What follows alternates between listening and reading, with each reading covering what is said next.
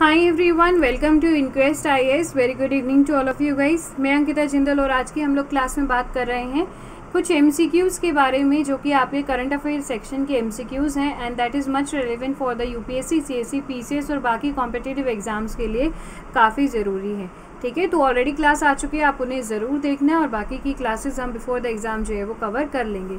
Start करते हैं सबसे पहले, लेकिन सब कुछ रिकमेंडेशन आप लोगों को है क्योंकि जैसे ही आप लोग क्वेश्चन देखते हो, क्वेश्चन देखने के बाद अपने आप वीडियो को स्टॉप करिएगा, सोचिएगा एंड इसके बाद आप अपने आंसर को देखना क्या आपका आंसर आएगा and then you will match with my answer, जो मैं आपको आंसर और एक्सप्लेनेशन दूंगी।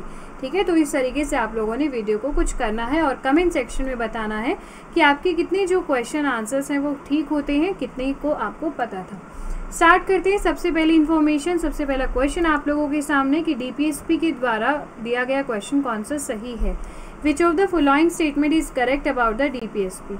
These are justiciable but principle laid down are there in the fundamental in governance. State shall secure that the operation of legal system promote justice on a basis of equal opportunity. क्या ये दोनों सही हैं या दोनों गलत हैं? Your time start now guys.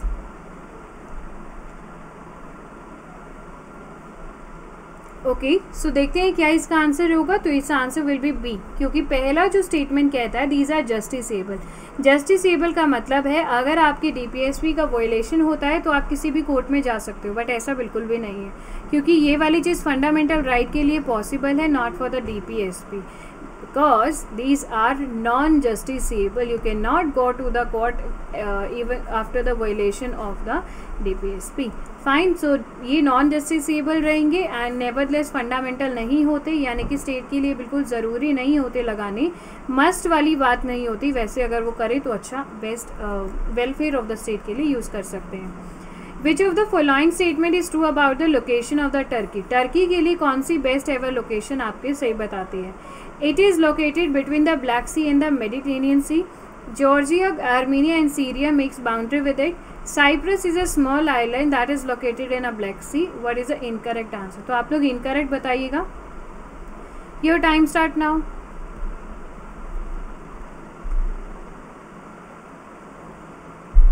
Okay, so इसका जो सही आंसर होगा दैट इज़ अ सी, इसका सही जवाब होगा। जो टर्की है आपका वो ब्लैक सी और मेडिटेरियन के बीच ज़रूर आता है, ये बात बिल्कुल सही है फर्स्ट वाली, लेकिन थर्ड इसलिए गलत है। साइप्रस एक स्मॉल आइलैंड है, ये भी पॉइंट सही है, but that is not located in a black sea, क्योंकि आप देखो साइप्रस यहाँ पे और साइप्रस जो है वो आपको मेडिटेरियन सी में मिलता है।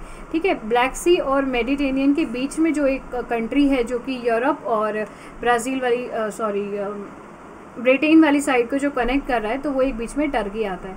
ठीक है, तो black sea and the Mediterranean sea are of asided. इसके साथ आप यहाँ पे दो स्टेट भी पाते हो, तो मैं आपको एक्स्ट्रा इन्फॉर्मेशन के लिए बता देती हूँ। जो इस्तांबुल के पास स्ट्रेट है that is connecting to land body and is connecting to water body, तो वो है आपकी स्टेट ऑफ बॉस्फोरस।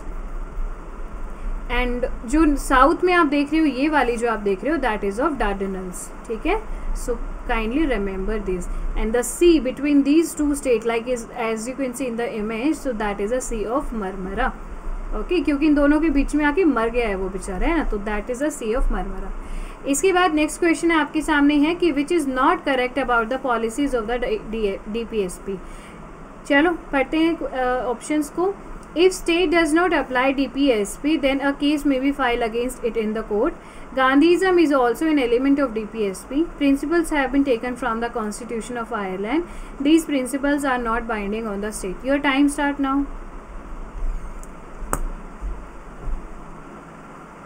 ओके, तो सीधा सा सवाल था, ये बहुत ज़्यादा मुश्किल नहीं था। A is a right answer, क्योंकि अगर कोई भी स्टेट एप्लीकेबल नहीं करता है डीपीएसपी को इन द स्टेट, तो वो मतलब उन पे केस आप नहीं कर सकते, because as I already told you it is not mandatory to implement the DPSP over in the state. But हाँ, ये अगर होता है तो आप स्टेट के लोगों का वेलफेयर जो है वो आसानी से कर सकते हो। तो for the welfare of the state it is implementing, right. Fundamental in the governance of the country, duty होती है स्टेट की कि आप लॉज बनाते वक्त इनका भी ध्यान रखिए। सोशल, इकोनॉमिक और पॉलिटिकल जो जस्टिस है वो नेशनल लाइफ के लिए सबके लिए होना चाहिए। Moving to the next question that is the TAPI pipeline. ये क्या कहती है? नेचुरल गैस पाइपलाइन है जो ओरिजिनेट होती है तुर्कमेनिस्तान में और इंडिया तक पहुंचती है। तापी पाइपलाइन जो कंपनी है वो एक कंजोर्टियम है जो कि 4 individual state on gas companies के द्वारा लॉन्च की गई है। These countries are Turkmenistan, Afghanistan, India और Iran. So correct answer, your time start now.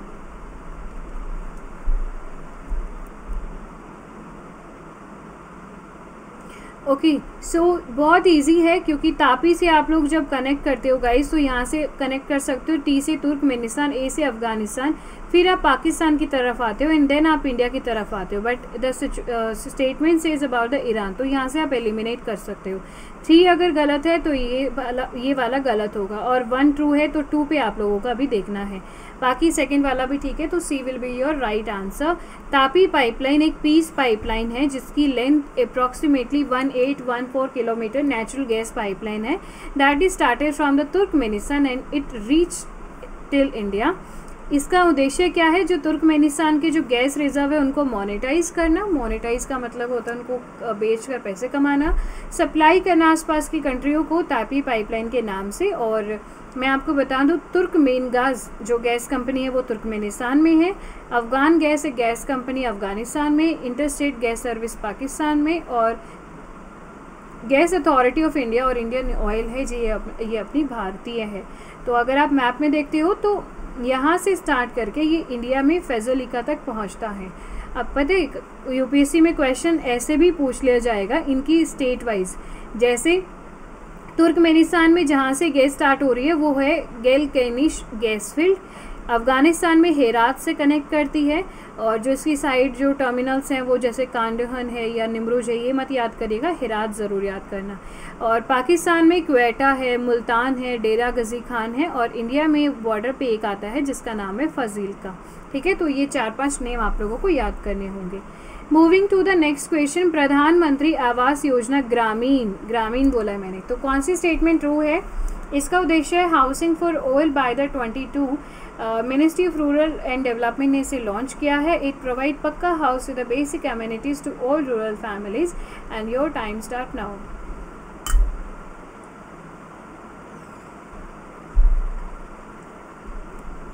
Okay, so इसका जो सही आंसर होगा वो डी होगा क्योंकि बहुत ही सिंपल सी स्टेटमेंट है। हाउसिंग फॉर ऑल यानी कि सबके लिए घर की सुविधा कराई जाएगी, ये बात आती है आवास योजना में। और बस ईयर याद रखना 22 वाला है, और रूरल डेवलपमेंट इसकी मिनिस्ट्री रहेगी। रूरल फैमिलीज, गांव में होने वाली फैमिलीज के लिए पक्का हाउस की सुविधा यहाँ पे अवेलेबल कराई जा रही है। जो इंदिरा आवास योजना है उसके तहत इस चीज़ को देखा गया है। ठीक है, pucca house with basic amenities to all rural families till the March 22 तक ये फैसिलिटी सबको मिल जाएगी, एंड स्पेशली ये रूरल फैमिलीज के लिए प्रोविजन बनाए गए हैं। Then moving to the next question, Who among the following were the members of the State Reorganization Commission of the 1953? 1953 में जो स्टेट रीऑर्गेनाइजेशन कमीशन बनाया गया था, तो इनमें से कौन है जो इसकी कमीशन की मेंबर बने थे? पंडित हृदयनाथ कुंजरू, फजल अली, के.एम. पानीकर, पट्टाभी सीतारमैया, सरदार वल्लभ भाई पटेल और एस.के. धार। तो योर टाइम स्टार्ट नाउ। बहुत इजी वे में आप इसे एलिमिनेट करते हो, इट्स वेरी सिंपल क्वेश्चन। एक ट्रिक मैं आपको बताती हूँ, जब इतने सारे नाम होते हैं ना तो कोई एक ऐसा नाम होता है जो बहुत फेमस नाम होगा और जिसकी जो उसमें है ही नहीं, तो आप उस एक नाम से इसको पूरे को एलिमिनेट करके आंसर प्राप्त कर सकते हो। अब एक बार देखिए, जो अपने सरदार वल्लभ भाई पटेल जी हैं, जिनकी 1927 के अंदर आया गया जो साइमन कमीशन था, उसमें लाठियों से जब लाठी चार्ज हो रहा था तो उस दौरान इनकी हत्या जो है वो कर दी गई थी, है ना। तो अगर वो 1927 या 28 में ही अगर उनकी मृत्यु हो गई थी तो 1953 में वो हो कैसे सकते हैं? 5 नहीं होगा ना, तो you can eliminate it, just you got the answer 1 2 3 is the right answer. यही होता है, तो आपको एक आधा नाम ऐसा स्पेशली पता होना चाहिए। तो मैं बता रही हूँ यहाँ पे स्टेट रीऑर्गेनाइजेशन जो कमीशन है केंद्र सरकार के द्वारा 1953 में बनाया गया था, ताकि जो सारे स्टेट हैं, अब हम ये कह रहे हैं कि हमारा हरियाणा इतने स्टेट का है, आपका एमपी इतने स्टेट में बाउंड्री, तो ये जो बाउंड्रीज बनाई गई थी ना, तो वो इसके द्वारा बनाई गई थी। फाइन, इसके बाद बात करते हैं वज्र प्रहार के बारे में। ये क्या चीज़ है भाई? क्या ये कोई बायलेटरल एक्सरसाइज है स्पेशल फोर्सेस ऑफ इंडिया और यूएस के बीच में? वज्र प्रहार स्टार्ट हुआ था 2010 में और हर साल चल रहा है तब से। Correct answer 1 to both none. Your time start now.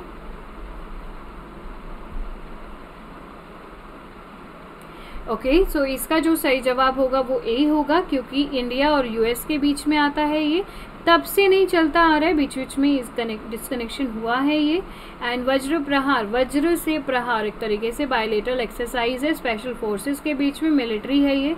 आप याद कैसे करोगे? अगर आपको वज्र से प्रहार करना है, किसी पे अटैक करना है, तो आप मिलिट्री वाली साइड ही जाओगे ना, नेवी आर्मी में तो नहीं जाओगे। तो that is a thing.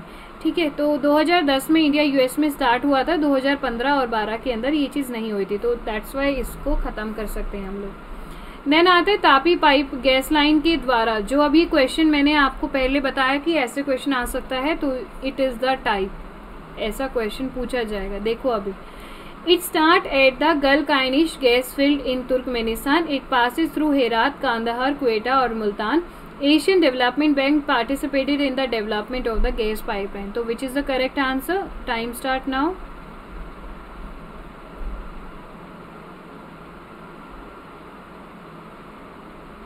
Okay so इसका जो सही जवाब होगा वो है सी। 1 2 3 तीनों सही हैं। तो एशियन डेवलपमेंट जो बैंक है, बिकॉज ये कहीं ना कहीं एशिया की कंट्रीज से जुड़ा हुआ है, तो एडीबी जो बैंक है वो इसमें पार्टिसिपेट करता है। हेरात, कांदाहार, क्वेटा और मुल्तान इससे कनेक्ट हो रहे हैं, और गलकानिश जो फील्ड थी वो तुर्कमेनिस्तान में ही है। ठीक है, तो that is a true answer. इसके बाद बात करते हैं which of the following bank was establish through the Fortaleza declaration of 2014। 2014 के अंदर फोर्टलाइजर डिक्लेरेशन के दौरान एक बैंक एस्टैब्लिश किया गया था, तो name the bank. Your time start now.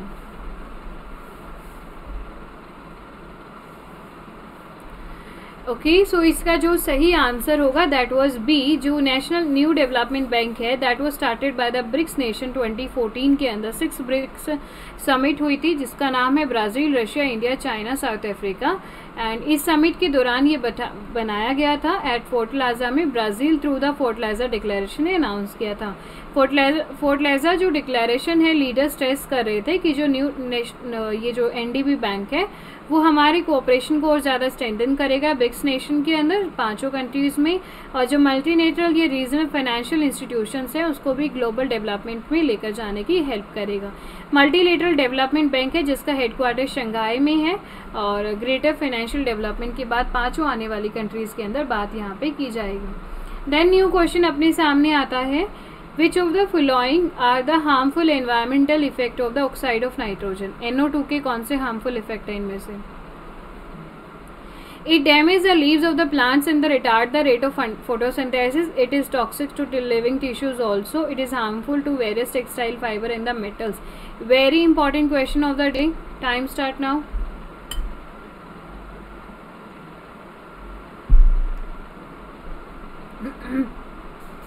चलिए, सो इसका जो सही जवाब है वो है डी, यानी कि इसके तीनों ही सही जवाब है। 1 2 3 इज द राइट आंसर। जो NO2 होता है, नाइट्रोजन होता है, वो एग्रीकल्चर के लिए काफ़ी ज़्यादा वहाँ से मतलब रिलीज़ होता है। ट्रैफिक्स में होने की वजह से रेड मतलब बहुत आगे जलन हमारी करने लगती है, कंजेस्टेड होता है काफ़ी ज़्यादा। हाई कंसंट्रेशन हो तो हमारी लीव्स होती हैं प्लांट्स की, उसको भी ये ख़त्म करता है, डैमेज करना शुरू करता है, और फोटोसिंथेसिस के रेट को भी रिटार्ड करता है। ठीक है, लंग इरिटेंट होता है, रेस्पिरेटरी डिजीज इसी वजह से हो रही है। लिविंग टिश्यूज़ के लिए हार्मफुल है, और नाइट्रोजन डाइऑक्साइड हार्मफुल है टेक्सटाइल फाइबर या मेटल्स वगैरह के लिए भी। Moving to the next question, that is a fungi can not be used in bioremediation of radioactively polluted site. सबसे पहला क्वेश्चन आप लोगों के लिए कि what is a bioremediation, comment section में बताना इसे। Fungi can act as a biofertilizer by the actively competing for nutrients and space with a pathogenic microorganism. So what is the correct answer? Your time start now.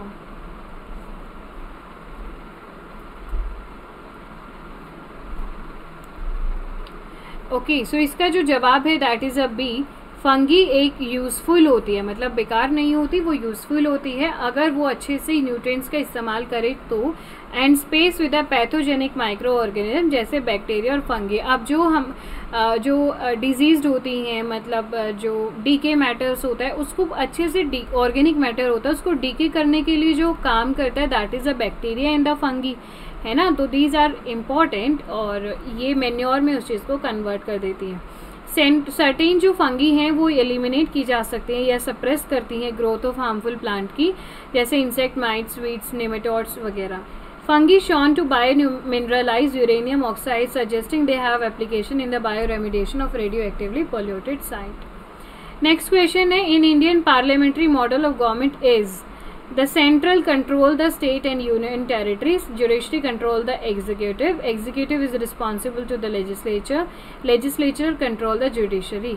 तो हमारे पास जो Indian parliamentary system है उनमें से कि कौन सी state में जो बेस्ट एवर डिफाइन करती है.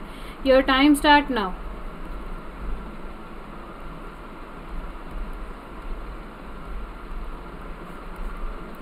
Sure. नेक्स्ट इसका जो आंसर है वो सी होगा, क्योंकि देखो जो हमारे एग्जीक्यूटिव है मतलब गवर्नमेंट ऑफ द इंडिया या फिर जो असली में काम करता है काउंसिल ऑफ मिनिस्टर या प्राइम मिनिस्टर वगैरह, तो these are the responsible to the legislature. इनको जवाब देना होता है पार्लियामेंट को, ये पार्लियामेंट को जवाबदेही इनकी होती है. तो जो भी काम करते हैं पॉलिसीज बनाते हैं तो पार्लियामेंट में इनसे बाकायदा पूछा जाता है. सो यही है अपना पार्लियामेंट्री सिस्टम. अगर किसी को सरकार बना दिया तो वो राजा नहीं बन गए, जो मन में आएगा वो करेंगे, ऐसा बिल्कुल नहीं होता. पार्लियामेंट्री में एग्जीक्यूटिव रिस्पॉन्सिबल होते हैं लेजिस्लेचर के लिए. Constitution of India parliament form दिया है सेंटर और स्टेट दोनों जगह पे, तो that is a plus point in us. आगे देखो एमएसएफ के बारे में कौन सी स्टेटमेंट आप लोगों को गलत लगती है, तो you have to tell the incorrect answer. Let me check how many slides are left guys. Okay, होने वाली है. एमएसएफ के बारे में बात करनी है. MSF functions as the last resort for banks to borrow short-term fund over and above that available under the liquidity adjustment facility window. MSF एक extraordinary rate है at which banks can borrow money from the central bank at a much cheaper rate than the repo rate. So what is the incorrect answer? Your time start now, and again very important question.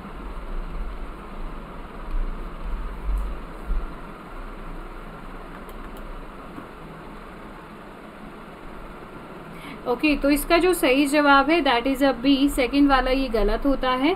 एक extraordinary rate at which bank can borrow money from RBI at a much cheaper than the repo rate, ऐसा बिल्कुल भी नहीं होता. सो MSF एक fixed होती है, repo rate के ऊपर रहेगी बट ये फिक्स्ड होती है. मार्जिनल जो स्टैंडिंग फैसिलिटी होती है वो आरबीआई के द्वारा अनाउंस की जाती है, उनकी मॉनेटरी पॉलिसी जब भी वो लॉन्च करते हैं.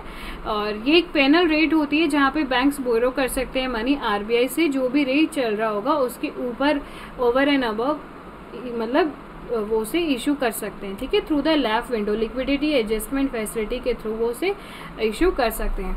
So these were the questions guys. I hope कि आप लोगों को सबको अच्छे से समझ में आए होंगे और आप सब अच्छे से स्कोर भी किए होंगे. तो आई थिंक 13 क्वेश्चंस थे, तो 13 में से जो आपका स्कोर आता है वो कमेंट सेक्शन में ज़रूर बताना. Fine, so it's your turn. Do like the session, share it with your lots of friend and subscribe the channel, hit the bell icon also. Thank you.